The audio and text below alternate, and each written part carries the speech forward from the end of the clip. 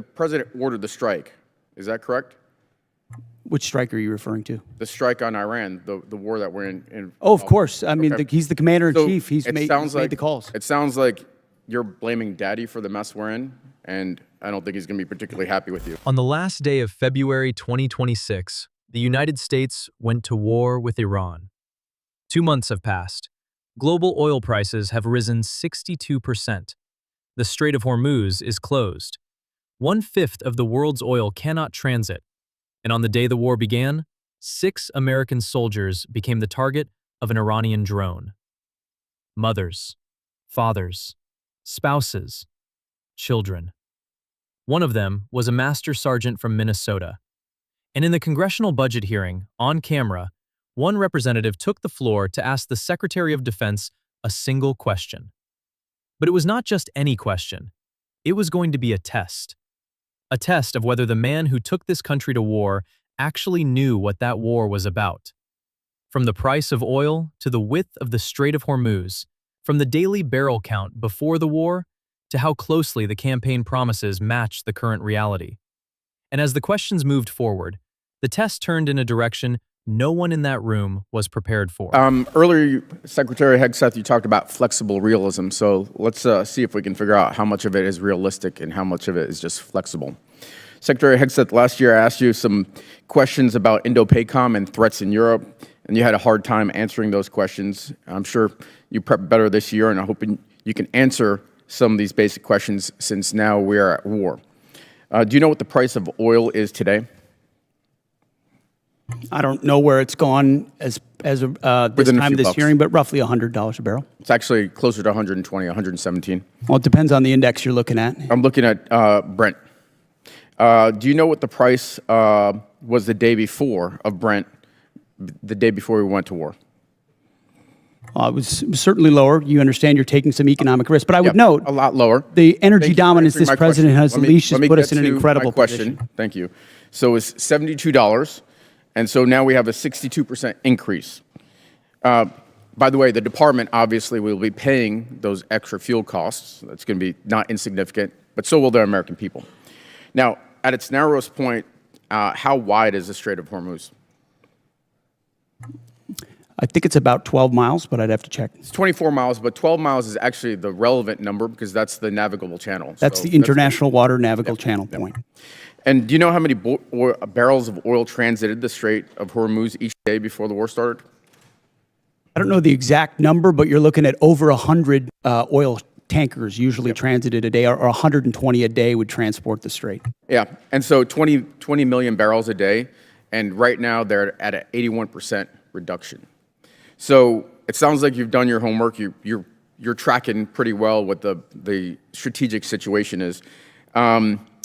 So a couple of questions. Were you aware that if we struck Iran, that they would most likely close the Strait of Hormuz?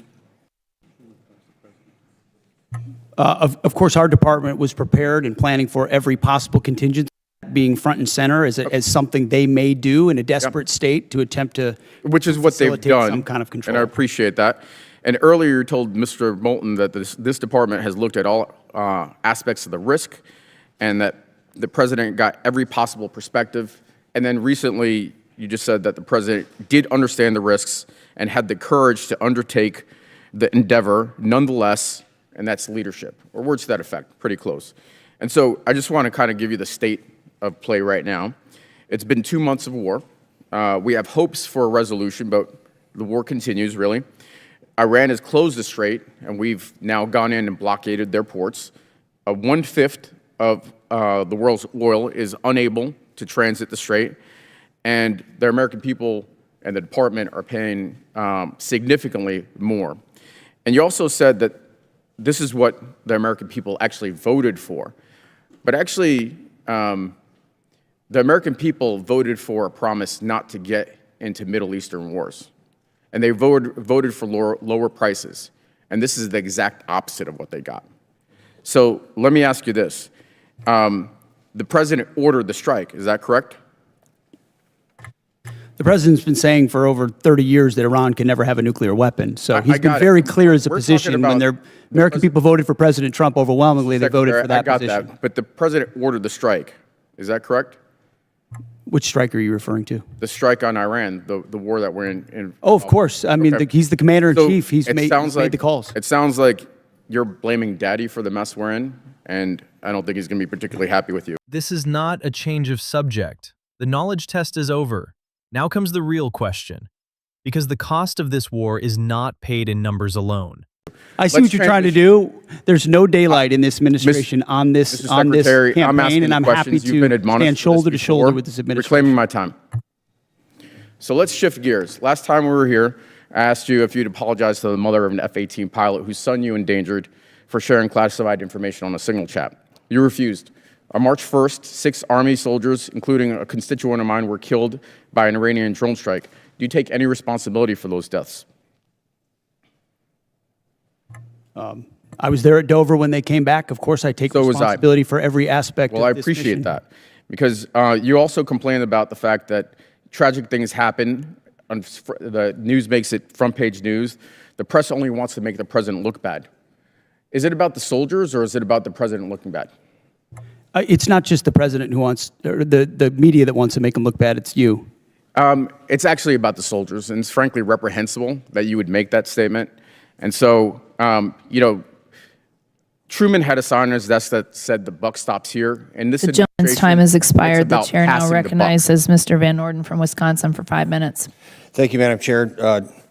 Mr. Secretary. This channel launched today. This is the first video. What we do here is straightforward. Real hearings, real pressure, real accountability. Nothing else. If that matters to you, subscribe. Now let's continue. In 5 minutes inside this hearing room, 3 separate demands for accountability were made, and each one circled back to the same question. Did the people who took this country to war actually know what that war was about? The price of oil was wrong. The width of the strait was wrong. These are not minor details. A 62% spike in oil prices hits American households directly. 20 million barrels a day unable to transit a choke point is a global economic event. Going to war without knowing those numbers means signing a check without knowing the balance. But when the knowledge test was over, the real question began. An apology for the signal messages was requested. It never came. Accountability for 6 soldiers was requested. Hegseth pointed to Dover, then to the media, then to the opposition, and said, "It's about the soldiers." But if it were truly about the soldiers, that question would not have needed to be asked in this room for the 2nd year in a row. Truman's sign said, "The buck stops here." In this hearing, where that buck stopped was never answered. That is now part of the permanent House Armed Services Committee record. The apology for the signal messages still has not come. A full accounting for 6 soldiers is still outstanding. These questions are not easy to ask, and they are not easy to watch. But you stayed until the end. This channel only exists because of you. Thank you. See you in the next one.